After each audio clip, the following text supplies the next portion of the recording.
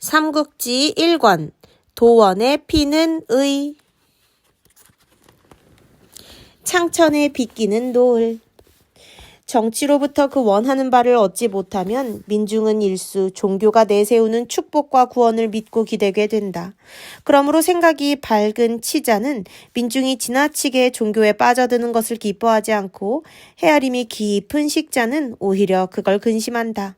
어떤 가르침의 참됨과 거룩함은 종종 믿는 무리의 늘어남과 세속적인 가멸음이 쌓임에 반비례하기 때문이며, 그리하여 열의 아홉은 정치로 춥고 허기져 찾아간 민중의 몸과 마음을 더욱 헐벗고 굶주리게 만들 뿐이기 때문이다. 오랜 세월 사람들의 믿음과 우러름을 사온 가르침에서조차도 그 회당이나 사원이 가장 크고 화려하며 요란한 말과 몇 푼의 돈으로 구원을 사려는 무리가 가장 많을 때가 바로 그 가르침이 가장 썩고 더럽혀진 때와 일치함을 자주 볼 수 있으니, 하물며 출발부터가 세상을 속이고 사람의 눈과 귀를 홀리는 삿된 가르침에 있어서랴. 후한도 끝나가는 영제 때의 세상 또한 그러하였다. 조정이 썩어 모든 관리가 벼슬하는 도둑놈, 즉 관비라 불릴 지경이 되니 의지할 곳 없는 백성들은 자연 요사스런 가르침에 기울어져 가고 있었다. 그런 희평 5년 9월 어느 날이었다. 바람소리 쓸쓸하고 역수는 차갑구나. 장사 한번 떠남이여 다시 돌아옴을 바라지 않노라. 전국시대의 협객 형가의 노래로 유명한 역수가에 작은 초당이 하나 있었다. 병으로 벼슬길을 물러난 선비가 은거하며 후학을 가르치던 곳으로 별채의 한 방에서는 다시 조정의 부름을 받게 된 그 선비가 아끼는 두 제자를 불러놓고 천하일을 근심하고 있었다. 지금 세상은 요사스런 기운으로 뒤덮여가고 있다.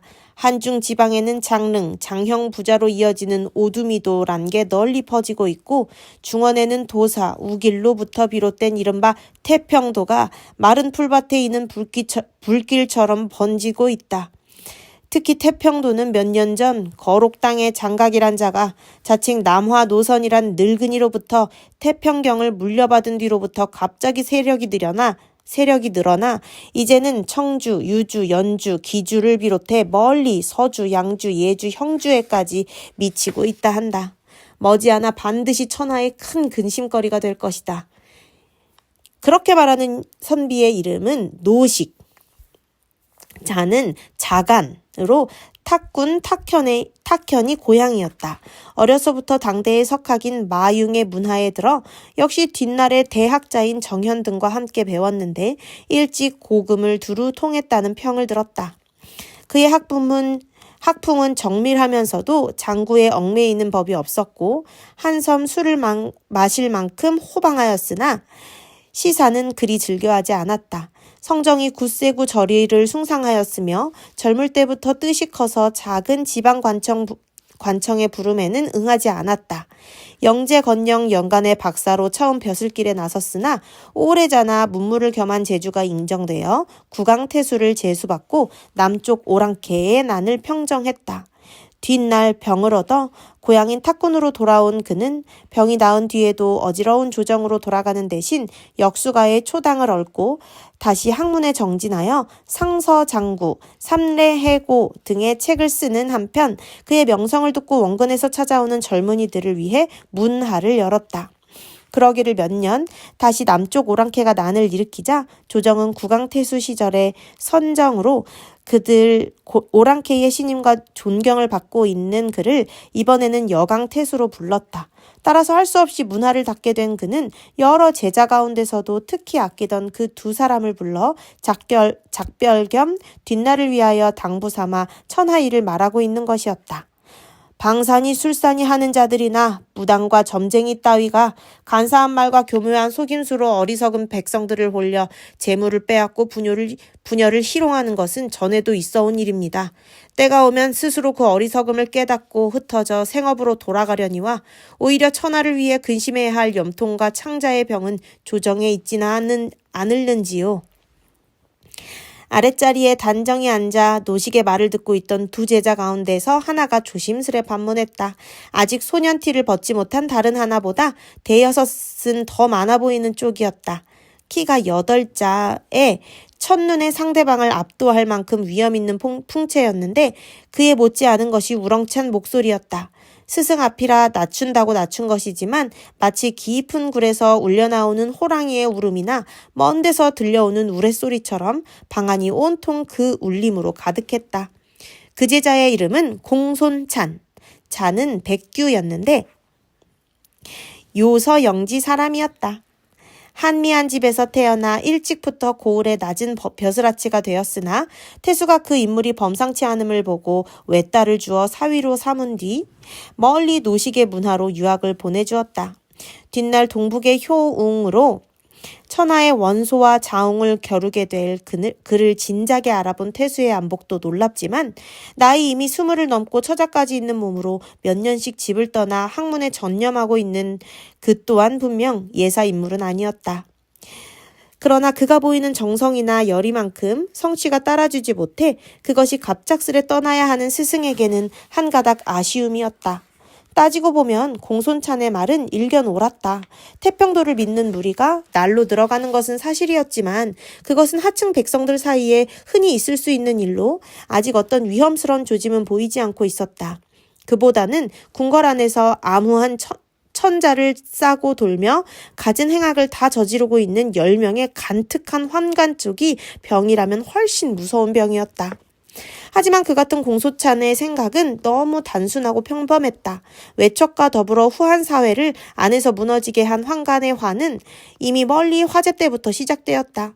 환관이 정사에 참여할 수 있는 것은 중상시가 되고 난 뒤인데 원래 넷밖에 두지 못하게 된 그 중상시가 10명으로 늘어나 황제의 신임을 받게 되면서 외척을 당할 만한 세력으로 자라난 것이다.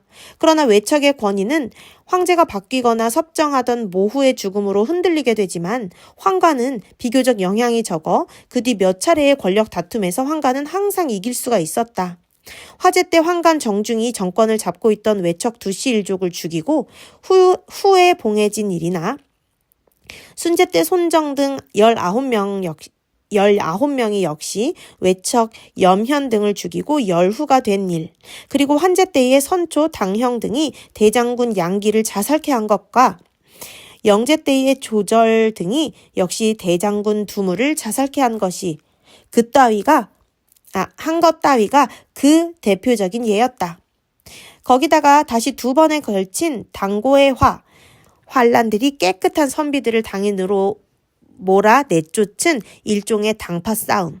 이 당고의 화를 일으켜 또 하나의 적대 세력인 이른바 청의라는 선비들을 조정해서 내몰고 죽이자 세상은 온전히 환관들의 것이 되고 말았다.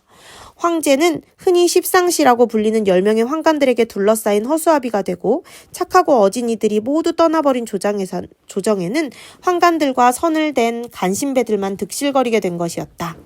환관들은 개인적인 탐욕이나 그 위세에 기댄 촉당들의 횡포로도 그 나라에 큰 해를 끼쳤지만 무엇보다도 큰 잘못은 황제에게 권하여 공공연히 벼슬 자리를 판 일이었다. 돈으로 산 벼슬이고 보니 모든 벼슬아치들은 그 미천 뽑기에 바빠 심지어 어떤 곳에서는 세금이 한 해 수확량의 몇 배에 이르기도 했다.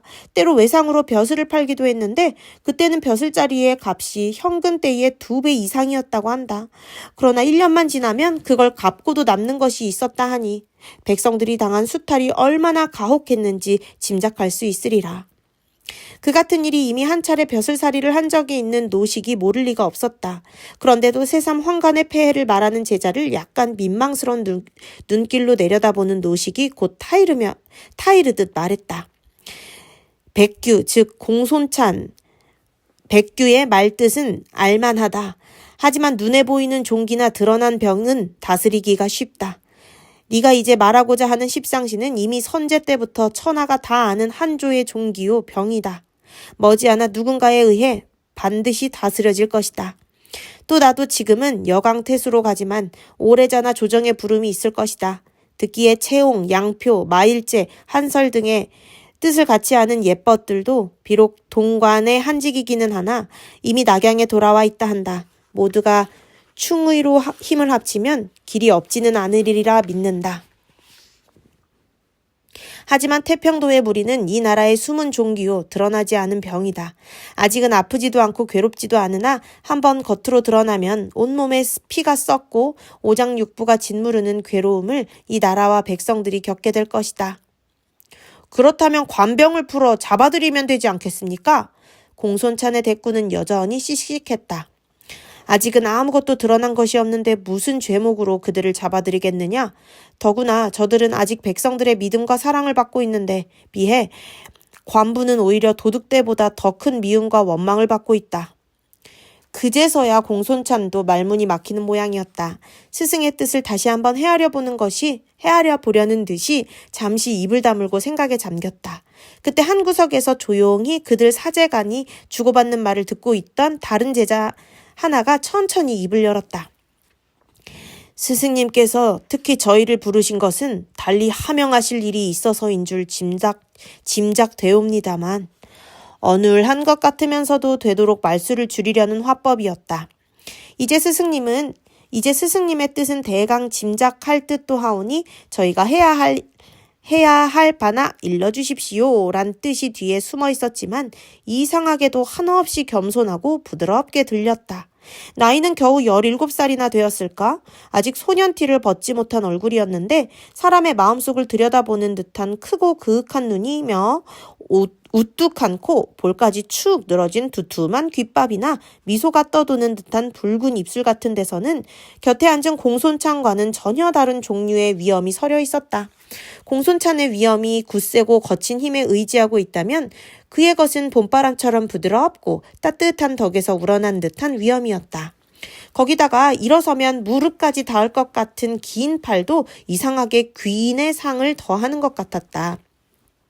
그 소년의 성은 한실 종친인 유요, 이름은 비에, 자는 현덕으로 유비, 스승의 노식과 마찬가지로 탁군 탁현이 고향이었다. 핏줄로 따지면 전한 경제의 현손이 되는데 중산 정왕 유승의 아들 유정이 탁록 정후가 되면서 탁군의 자리 잡고 살게 된 유씨의 한 갈래였다. 그의 조부 유응은 효렴은 인구 20만에 한 명씩 뽑은 일종의 관리 등용 제도예요. 효렴에 뽑히어 동군의 현령을 지냈고 그의 아비 유홍도 대를 이어 지방 관리를 지냈으나 그가 어릴 적에 죽었다.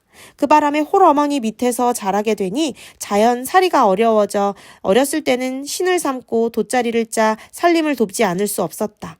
그가 노식의 문화에 들어 배울 수 있었던 데는 어머니의 정성도 있었지만 그보다는 집안 아저씨뻘 되는 유원기의 도움 덕분이었다. 유비의 비범함을 보고 일찍부터 알게 모르게 도움을 주어오던 그는 유비가 15 나던 해 자신의 아들 유덕연과 나란히 노식의 문화로 유학을 보냈다.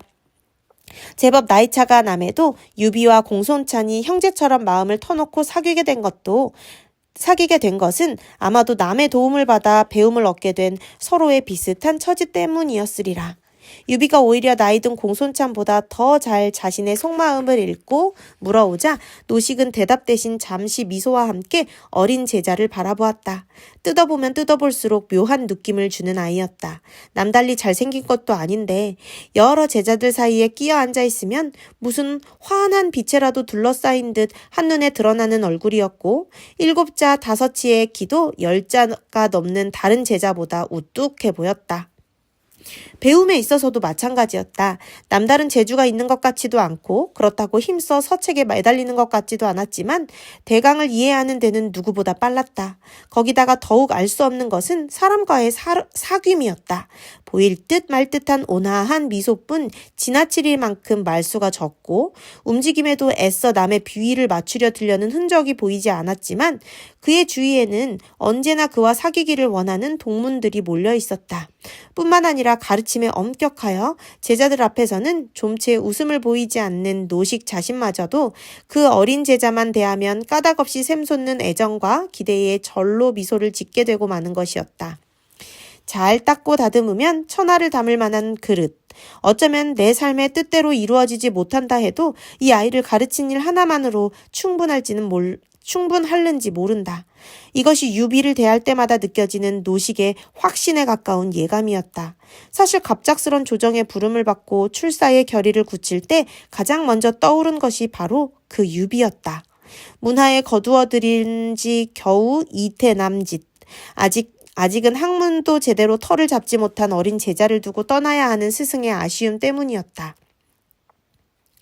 무릇 권세란 재물과 같아서 위로 높은 묘당의 것이건 아래로 낮은 민초들 사이의 것이건 가지면 가질수록 더 많이 가지고 싶어지는 법이다. 이미 말했듯 태평도의 무리 역시 지금은 백성들 사이에 사사로운 믿음으로 행세하고 있지만 이대로 세력이 불어나면 머지않아 생각이 달라질 것이다. 처음에는 따르는 무리만으로 만족할지 모르나 차츰 힘이 생기면 관부를 얕보게 되고 마침내는 천하를 넘보게 될 것이 뻔하다. 실로 이 스승이 근심하는 바다. 노식은 유비의 물음에 대답하는 대신 다시 태평도에 관한 이야기를 시작했다. 그 태도로 보아 겉으로는 세상 일에 무심한 채 학문에만 전념하고 있었던 것 같은 그 몇 년 동안에도 실은 백성들 사이에서 일어나고 있는 일에 세심한 주의를 기울이고 있었음에 틀림없었다. 유비는 여전히 입을 다문 채 스승의 다음 말을 기다리고 있었다.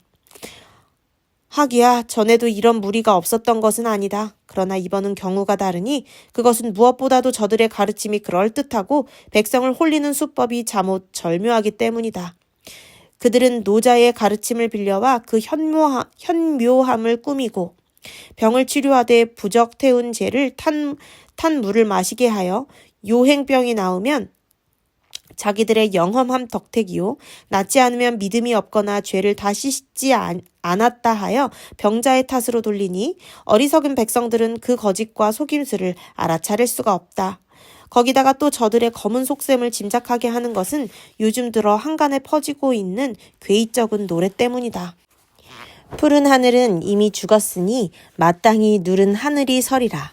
때는 바로 갑자년 천하가 크게 길하리라. 이게 무슨 뜻이겠느냐? 푸른 하늘은 지난 건녕 2년 온덕전에 떨어져 군신을 놀라게 한 푸른뱀에 빗대어 우리 한조를 말했음이 분명하고 천하가 뒤집히는 해로 잡고 있는 갑자년은 이제 몇 해 남지 않았다. 그렇다면 그 짧은 동안에 이 한 해 천하를 엿볼 만한 세력이 저들 말고 누가 있겠느냐. 거기다가 저들은 또 가르침의 머리에 노자 외에 황제까지 내세워 황로지학이라 부르거니와 특별히 누른 빛깔을 숭상하니 그 참요에 누른 하늘은 저들 스스로를 가리키고 있다고 보아 크게 틀리지 않을 것이다. 그렇다면 저희가 해야 할 바는 무엇이옵니까? 그제서야 공손찬도 어두운 표정이 되어 다시 그렇게 물었다. 노식은 거기서 다시 한동안 두 제자를 번갈아 살피더니 이윽고 천천히 입을 열었다. 지금 이 스승의 마음을 무겁게 하는 것은 머지않은 난세의 예감이다. 사람들은 오래전부터 난세를 말해왔으나 내가 보기에 지금까지는 그저 여러 조짐일 뿐이다. 진정한 난세가 오면 그 참상은 말과 글로 그려낼 수 있는 바가 아닐 것이다. 뜻을 강호해 둔 지 오래면서도 내가 이렇게 서툴러 혼탁한 조정으로 돌아가려는 것은 작은 힘이나마 보태 그 참혹한 난세를 막아보고자 함이라. 하지만 말은 쉬워도 우리 몇몇 깨끗한 선비만으로 과연 한나라 조정의 오랜 고질인 환관의 횡포를 뿌리 뽑을 수 있을지 의심스럽다. 잘해야 또 다른 당고에 화나 면할까 말까 한데 무슨 힘이 남아 이름 없는 백성들 사이에서 이루어지고 있는 세력의 모임과 흩어짐까지 관여할 수 있겠느냐. 거기에 바로 다른 제자들을 제쳐놓고 너희 둘만 따로 붙은 까닭이 있다. 너희 둘은 책 읽기를 즐겨 경전의 장구에도 밟지 못하고 시사에 빠져 문장을 곱게 다듬지도 않았다. 배우는 자로서는 마땅히 그 게으름에 벌을 받아야 하나 내가 크게 너희를 꾸짖지 않은 것은 그래도 너희가 배움의 큰 가지와 줄기는 항상 잡고 있기 때문이며 시절 또한 장부가 장구에 매달리고 시사나 읍조리며 보낼 수는 없게 되었기 때문이다. 진정한 난세가 이르면 필요한 것은 문장과 학식이나 사사로운 수양이 아니라 그것들을 활용하고 실천하는 힘이다. 나는 백규의 씩씩하고 굳건한 기계와 현덕의 부드러우면서도 사람의 마음을 끄는 몸가짐에서 그와 비슷한 힘을 느낀다. 이제 각기 집으로 돌아가거든 비록 초야에 있더라도 더욱 그 힘을 길러 흔들리는 우리 한조의 귀둥이 되거라. 저들이 요사한 가르침으로 백성을 현혹시키거든 너희는 참된 덕으로 깨우쳐주고 거짓과 속임으로 불측한 세력을 키워가거든 인의와 협행으로 흩어버려라. 이미 한 해 천하는 100사람의 벼슬아치보다 한 사람의 옳은 선비가 더 많은 백성을 보살필 수 있는 세상이 되고 말았다. 이제 이게 너희에게 특히 일러주고 싶던 말이었다. 그 뜻을 알겠느냐? 노식은 그렇게 말을 맺고 둘을 바라보았다. 믿음보다는 막연한 기대에 찬 눈길이었다. 네. 다시 공손찬이 시원스레 대답했다. 그러나 유비는 말없이 무언가를 생각하더니 이윽고 겁먹은 듯 더듬거리는 말투로 입을 열었다. 이 비는 스승님의 문화에 든 날이 짧아 아직은 크신 가르침의 대강조차 깨우치지 못했습니다. 거기다가 나이는 어리며 천성 또한 게으르고 어리석어 홀로 깨우칠 재간도 없으니 다만 아득할 뿐입니다. 한껏 자신을 낮추면서도 정작 중요한 말은 상대방이 스스로 하도록 만드는 묘한 여운이었다. 그러나 어디에도 억지로 꾸민 티가 없어 상대방은 그걸 느끼지 못할 뿐만 아니라 자신도 모르게 기꺼운 마음으로 모든 걸 스스로 털어놓게 했다. 스승인 노식도 마찬가지였다. 어쩔 수 없이 문화를 닫고 떠나는 바람에 유비를 세상으로 돌려보내기는 해도 그의 나이 17은 너무 어렸다. 아직은 더 배워야 한다. 더 채우고 더 닦아야 한다. 노식은 그렇게 생각하면서도 임지 여강으로 떠날 채비에 바빠 이미 숙성한 공손창과 똑같은 당부를 한 것인데 유비가 다시 그걸 상기시킨 것이었다. 거기다가 노식은 조정에 들어서면 충신이요 지사였지만 물러나 책을 잡으면 당대에 손꼽는 학자였다. 보다 많은 배움을 구하는 어린 제자가 어찌 기특하지 않으랴. 잠시 생각에 잠겼다가 유비의 속을 떠보기라도 하듯 말했다. 장부에게 따로 배움의 터가 있고 달리 정한 스승이 있을 수 있겠느냐. 그리고 네 나이 17도 반드시 어리지만은 않다. 더구나 너는 이미 관례까지 치르지 않았느냐. 제가 듣기에 백리길을 갈 사람은 새끼 밥만 준비하면 되지만 말리길을 갈 사람은 석 달 양식을 마련해야 된다고 들었습니다. 예사 아닌 포부를 밝히는 동시에 아직도 스승에게 무언가를 구하고 있는 듯한 말투였다. 그제서야 노식도 더 말을 돌리지 않았다. 실은 여강을 소란스럽게 하는 오랑캐를 토평할 일과 어지러운 조정으로 돌아갈 일에 마음이 뺏겨 잠시 네 나이를 잊은 듯하다. 스스로 행도하기에 모자람이 있다고 느낀다면 달리 스승을 구해 그 모자람을 채우는 일도 오르리라. 내가 알기로 지난날 나와 동문수학한 정강성이 아직 수백 문도와 함께 향리에 머물고 있다고 한다. 길이 멀지만 네가 굳이 더 배우기를 원한다면 그에게 너를 추천하는 글을 써주겠다. 조금 전 백규와 너에게 한 당부는 마음에 새겨 잊지만 않으면 된다. 노식은 유비가 입 밖에 내지 않은 청을 스스로 헤아려 들어주었을 뿐만 아니라 세상이 모두 우러러보는 스승까지 소개해주겠다고 나왔다. 정현은 뒷날 학문만으로 공의 칭호를 얻고 그 고향 땅은 정공향이란 이름을 얻었으며 그 덕을 기리기 위해 생전에 이미 통덕문이 세워졌을 정도의 대학자였다. 이에 공손찬도 슬며시 욕심이 일어 유비와 함께 정현에게 천거해 줄 것을 청했으나 노식은 그걸 허락하지 않았다. 백규 공손찬, 백규는 이미 나의 문화에 든 지 여러 해 되었으니 그만 요서로 돌아가 보도록 하라. 가솔들과 주군을 떠난 지도 오래거니와 몇 권의 서책을 더 읽느니보다 더 급하고 중한 일이 그곳에 있을 것이다. 그렇게 말하고는 서한을 당겨 정현에게 유비를 추천하는 글을 쓰기 시작했다. 들으니 스승의 말도 옳아 공손찬도 더는 쪼르지 않았다. 얼마 전에도 영지까지 내려온 오한족으로 요서 일대가 소란스럽다는 소식을 인편에 들은 적이 있었다. 노식이 다 쓴 편지를 다시 훑어보고 있을 때 문 밖에서 가동의 조심스러운 목소리가 들려왔다. 아래옵니다. 원근의 여러 문인들이 어르신께서 출간하신다는 말을 듣고 본체 대청에 모여 기다리고 있사옵니다. 조정의 부름을 전하는 이가 다녀간 지 하루도 안 되었는데 벌써 소문이 원근에 퍼진 모양이었다. 노식이 가보니 관자만도 100여 명이 모여 있었다. 모두 한때 노식에게 가르침을 받은 부근의 젊은 선비들로 혹은 존경하는 스승에게 석별의 정을 표하고자 혹은 오랜 칩과 끝에 다시 벼슬길에 나서는 스승의 장도를 축하하고자 혹은 각기 술과 떡을 빚고 소와 닭을 잡아온 터라 초당의 넓지 않은 뜰은 그들이 데려온 가복들로 저작거리처럼 왁작거렸다.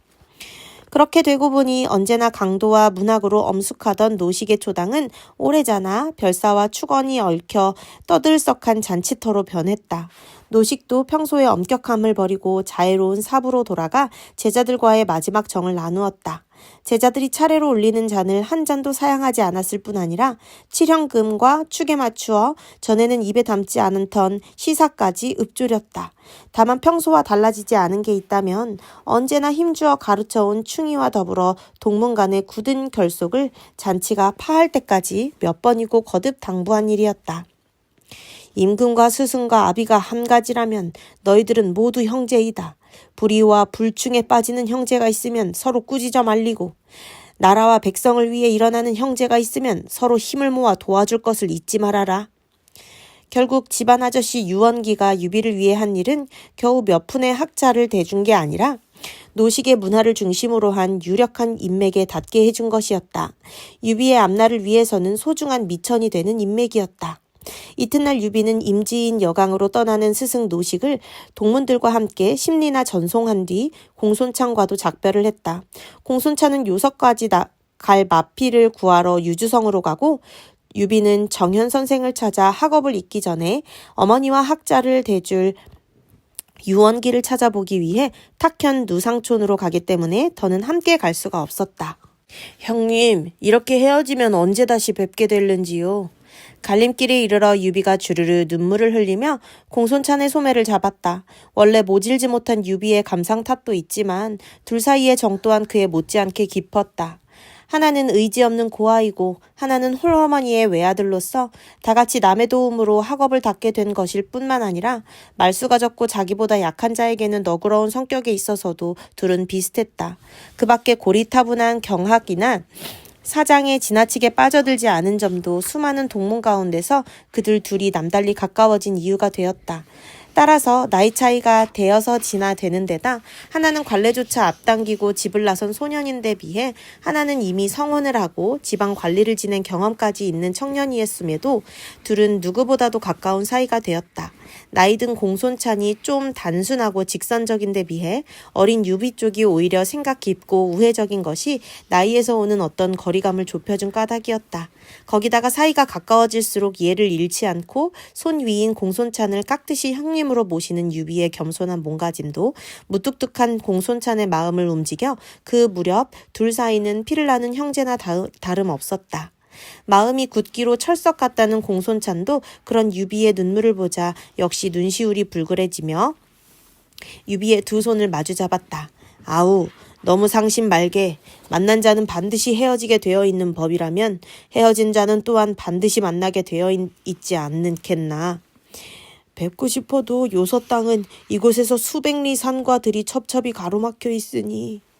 그렇지만 날랫말로 달리면 하루길일세. 거기다 그곳에는 오환의 좋은 말들이 많으니 아우가 그리울 때는 한달음에 달려오겠네. 학업이나 빨리 끝내고 돌아와 있게. 저도 언제든 형님이 뵙고 싶으면 그리로 달려가겠습니다. 그것도 좋지. 아니, 모든 것이 뜻같지 못하면 차라리 그리로 옮겨오게. 그곳은 변방이라 선비며 오한 같은 오랑캐무리가 수시로 넘나드는 거친 곳이지만 그만큼 장부의 뜻을 펴볼 만한 곳이기도 하네. 거기다가 이 형이 비록 재주 없지만 그곳에 약간의 기반은 있네. 자네까지 힘을 합치면 정말 두려울 게 없을 것이네. 새겨 듣겠습니다. 하지만 뒷날 그들이 맺게 될 깊고 오랜 인연에 견주어 보면 그 이별은 기실 잠깐 동안의 나님에 지나지 않았다. 공손찬이 천하를 다투는 싸움에서 불행하게 죽는 날까지 둘은 혈육이나 다를 바 없는 정으로 힘을 합쳐 난세를 헤쳐나가게 된다. 공손찬과 눈물로 헤어진 유비는 서둘러 탁현 누상촌으로 향했다. 노식이 초당을 세운 역수는 탁군 안교현 땅이어서 누상촌까지는 빠른 걸음으로도 해질녘에나 닿을까 말까 한 거리였다. 스승을 배웅하고 공손찬과 헤어지는데 너무 많은 시간을 뺏겨 벌써 해가 중천에 솟은 때문이었다. 얼마를 가다 보니 제법 넓은 개울 하나가 앞을 가로막았다. 적어도 50장은 되는 너비에 2자 깊이는 되어 보였는데 여름 장마에 씻겨간 뒤 다시 손을 보지 않은 탓인지 아무리 둘러봐도 징검다리 하나 보이지 않았다. 할 수 없이 유비는 신을 벗고 바지를 걷은 채 물을 건너기 시작했다. 모추인 9월도 이미 중순을 지난 데다 북쪽이라 물이 몹시 찼다. 거기다가 물 가운데는 보기보다 깊어 내를 건넌 유비의 아랫도리는 물에 한빡 젖어 있었다. 생각 같아서는 불이라도 피워 떨리는 몸을 녹이고 젖은 옷을 말린 뒤에 떠나고 싶었지만 갈 길이 바빠 그럴 틈도 없었다. 그래서 젖은 바지를 입은 채 다시 길을 떠나려 할 때였다. 누군가가 부른 것 같아 뒤를 돌아보니 냇물 저쪽에서 한 늙은이가 유비를 부르고 있었다. 섰거라 이 귀 큰 어린 놈아. 귀담아 들어야 겨우 알아들을 만큼 낮았지만 이상하게 또렷하게 들리는 목소리였다. 허름한 차림에 명아주 지팡이를 짚은 늙은이였는데 별나게 희고 긴 수염에도 불구하고 별로 기억에 없는 모습이었다. 그뿐만 아니라 이미 관례까지 치른 자신을 어린 놈이라고 함부로 불러대는 것도 그리 탐탁치 않았지만 워낙 나이가 든 노인이라 유비는 할 수 없이 큰 소리로 물었다. 어르신, 무슨 일이십니까? 다리도 없고 배도 없으니 이 늙은 것이 어떻게 건너란 말이냐? 네 놈이라도 업어 건네다 주어야 하지 않겠느냐? 마치 유비가 다리를 부수고 배를 없애버리기라도 한 듯한 말투였다. 그 같은 늙은이의 말투가 다시 귀에 거슬렸으나 유비는 말없이 건너온 냇물로 다시 들어갔다. 상대는 늙은이인데다 자신은 이미 젖은 몸이었다. 너무도 당당한 그 늙은이의 요구도 예사롭지 않았다. 거기에는 반드시 어떤 까닭이 있을 것 같은 예감이 들었다. 한번 젖은 몸이어서인지 물은 한층 더 차갑게 느껴졌다. 그러나 유비는 낯빛도 변하지 않고 건너가 하인이라도 부리고 있는 듯한 그 늙은이를 들쳐 업었다. 늙은이는 보기보다 무거웠다. 또래에서는 힘 꽤나 쓰는 유비였지만 개울을 다 건넜을 때는 다리가 후들거릴 지경이었다. 그런데 더 기막힌 것은 그 늙은이를 개울가에 내려놓은 뒤였다. 이런 내 정신보게 보퉁이를 저쪽에 두고 왔구나. 이놈을 부르는데 급해서 그만. 거친 숨을 내쉬고 있는 유비에게 고맙다는 인사는커녕 다시 나무라는 투로 늙은이가 말했다. 그제야 유비는 그를 가만히 쳐다보았다. 흔한 유건 하나 쓰지 않은 누더기 차림이었지만 어쩐지 민촌의 무지렁뱅이 늙은이 같지는 않았다. 이따금씩 스승 노식의 초당을 찾곤 하던 이름 모를 은사들에게서 느껴지던 분위기 같은 것이 그에게도 느껴졌다. 그때 노인이 다시 소리쳐 꾸짖었다. 이런 멍청한 녀석 같으니 너는 내가 보퉁이를 두고 왔다는 말을 듣지 못했느냐? 제가 다녀오겠습니다. 유비가 얼결에 그렇게 대답했다. 그러나 늙은이는 한층 큰 소리로 나물었다.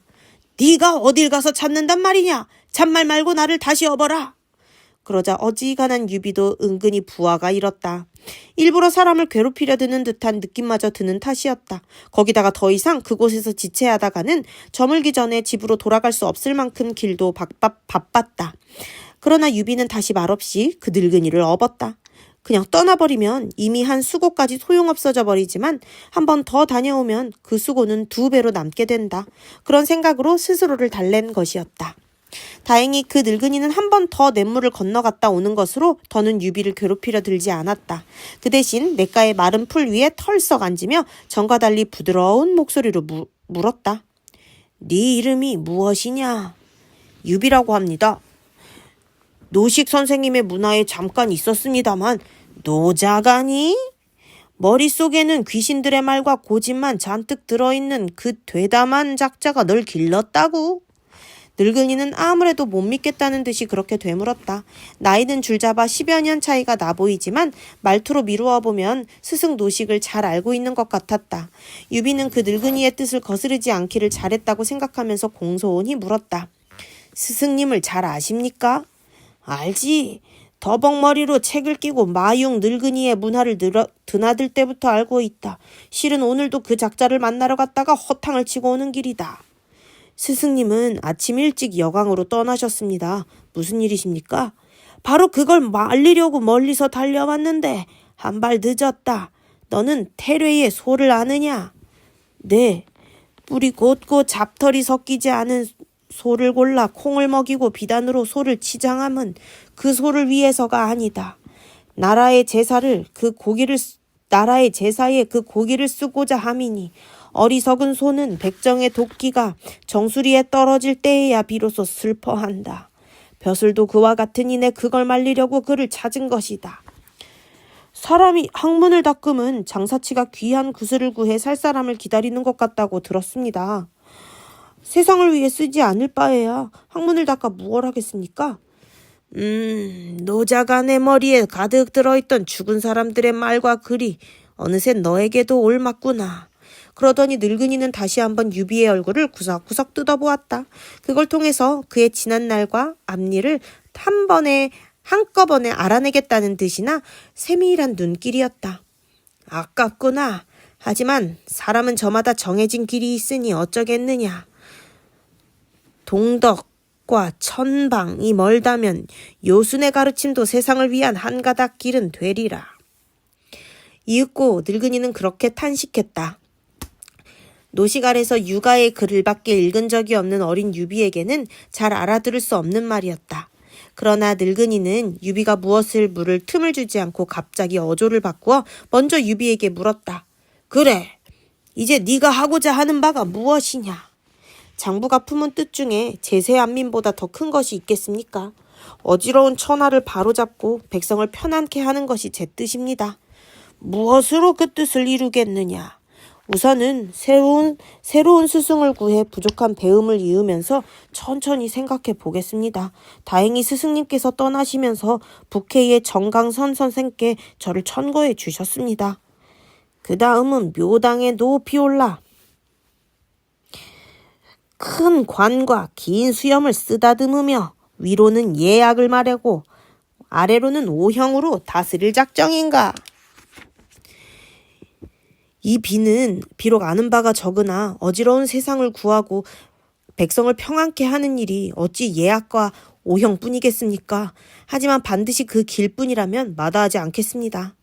그렇다면 허리에는 대장인을 차고 두 손은 부어를 받든 채 삼군과 오병을 몰아 밖으로는 사이를 토벌하고 안으로는 역적을 주멸할 작정인가?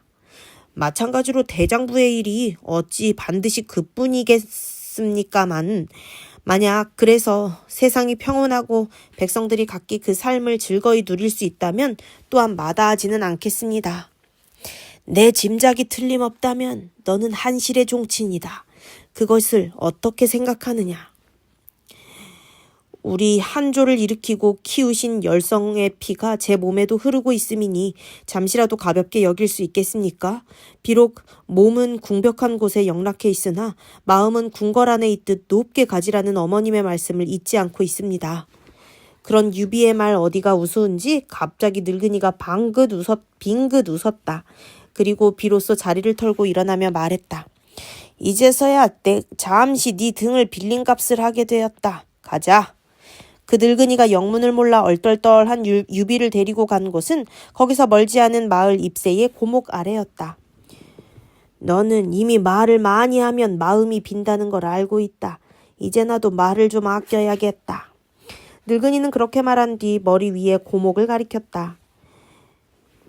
지금 내가 너에게 하려는 말은 이 고목의 몸으로 다 하고 있다. 네 마음의 귀로 들어보아라. 그럼 나는 길이 바빠 가봐야겠다. 그 말에 유비는 나무를 한번 올려다볼 겨를도 없이 떠나려는 늙은이에게 물었다. 어르신의 크신 이름은 어떻게 되옵니까? 칡불이나 캐고 고사리나 꺾으며 산골에 숨어 사는 늙은이에게 무슨 이름이 있겠느냐. 뒷날 네 스승을 만나거든 그저 상산의 한 나무꾼 늙은이라고 하면 된다. 말을 마친 늙은이는 그대로 휘적휘적 제 갈 길을 떠나갔다. 아직도 미진한 유비가 무어라고 말하며 뒤따르려 하자 뒤돌아보지 않은 채 한마디 덧붙였을 뿐이었다. 이 귀 큰 어린 놈아, 이제 셈은 끝났다. 그제서야 유비도 따라가 봐야 소용없다는 걸 느끼고 그 늙은이가 가리킨 나무 쪽으로 돌아섰다. 넉넉히 새 아름은 됨직한 나무로 줄잡아 300년은 넘게 보이는 고목이었지만 시골 마을 초입에서는 흔히 볼 수 있는 그런 종류였다. 유비는 약간 실망이 되었으나 아무래도 그 늙은이가 실없는 소리를 한 것 같지는 않아 찬찬히 그 나무를 살피기 시작했다. 높이 10장쯤 될까? 그러나 너무 늙은 탓인지 높은 곳의 가지들은 이미 말라 죽어 있었고 단풍진 잎이 붙어있는 가지는 아래로 채 절반이 안 되었다. 그러나 자세히 보면 그 가지들도 그 가지들도 한결같지는 않았다. 어떤 가지는 이미 반쯤이 검게 썩은 잎들로 지저분했고 어떤 가지는 노랗게 잘 단풍이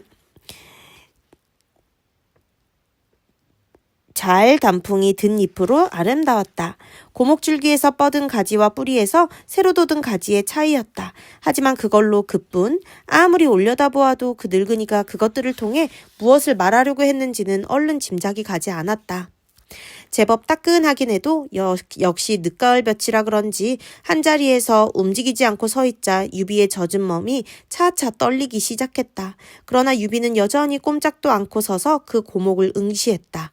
마음속으로는 그 늙은이와 나누었던 대화들을 처음부터 차근차근 되새기면서 그렇게 한 식경이나 지났을 무렵이었다. 얼어붙은 듯 서 있던 유비가 갑자기 엄숙한 표정을 지으며 천천히 고개를 끄덕였다. 그러더니 품 안을 더듬어서 서찰 한 통을 꺼내서는 망설임 없이 찢어버렸다. 전날 스승 노식이 그를 위하여 정현 선생에게 쓴 추천장이었다. 그 뒤 거의 뛰듯이 집으로 달려가던 유비가 딱 한 번 걸음을 멈춘 것은 고향집 앞에 큰 뽕나무 앞에서였다. 이미 날은 저물었지만 동편에서 뜨는 19의 달빛으로 거무스레하게 드러나는 그 뽕나무는 마치 임금의 행차 때 쓰는 뚜껑 있는 수레 같은 모양이었다. 어렸을 적 그 가지 위에 올라 소꿉동무들에게 나는 다음에 천자가 되어 이런 수레를 탈 테야 라고 으스대다가 어른들에게 호된 꾸중을 들은 추억이 서린 나무였다. 그러나 또한 그로 인해 집신을 삼고 돗자리나 치는 생활에서 벗어나 노식의 문화에 들게 되는 소중한 인연의 나무이기도 했다. 그 일을 전해 들은 먼 친척 유언기가 발벗고 나서 유비의 뒤를 보아준 까닭이었다. 유비가 거기서 잠시 걸음을 멈춘 것은 그런 추억에서 오는 어떤 감회 때문이었으리라. 막 자리에 들려던 유비의 어머니는 그런 아들의 돌연한 귀가에 놀랐다. 그러나 더욱 놀라운 것은 의젓한 선비가 되어 돌아오리라 기대했던 외아들이 인사가 끝나기 무섭게 돗자리를 짜는 틀을 찾는 일이었다. 돛틀은 광에 넣어두었다. 그런데 그건 왜 찾느냐? 내일부터 다시 돗자리를 짜렵니다. 영문을 몰라 묻는 어머니에게 유비가 담담한 목소리로 대답했다. 그게 무슨 말이야? 아무리 네 스승이 떠났다고 하지만 일껏 시작한 학업을 중도에 그만두고 다시 돗자리를 짜겠다니. 일하지 않고 먹는 것은 도둑과 거지뿐입니다. 그런데 제게는 갈 땅이 없으니 거지나 도둑이 되지 않으려면 다시 돗자리를 치는 수밖에 없습니다. 먹고 사는 일이라면 원기 아저씨가 넉넉히 도와주고 있다. 너는 달리 스승을 구해 더욱 힘써 글을 배워야 한다. 글이란 이름자만 쓸 줄 알면 넉넉합니다. 더 배워봐야 이미 죽은 사람들의 말이나 글로 공연히 머리만 썩일 뿐입니다. 그러자 비로소 아들의 변화가 심상치 않음을 느낀 어머니가 놀람과 걱정에 휩싸이며 물었다. 옛 성현의 가르침을 죽은 사람의 말과 글이라고 하다니 네가 도대체 무슨 생각으로 그러느냐? 어머님께서는 지금 세상이 글이 모자라고 성현의 가르침을 몰라서 이같이 어지럽다고 믿으십니까?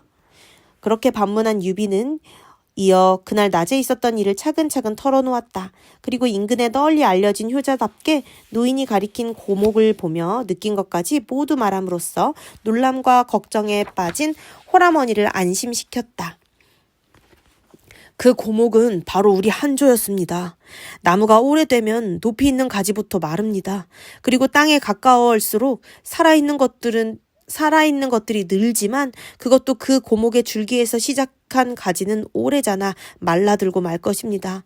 그러나 뿌리는 의지했으되 땅의 힘을 빌려 새로 돋은 가지는 싱싱했습니다. 세월이 지나면 반드시 또 하나의 거목으로 자라리라 믿어집니다. 저는 바로 그런 가지가 되고 싶습니다. 이미 말라가는 등걸에 의지하는 것이 아니라 땅의 힘을 빌려 새로 돋고 싶습니다. 시들어가는 한실의 권위에 기대지 않고 백성들 속에서 그들의 믿음과 사랑에 힘입어 스스로 자라보겠습니다.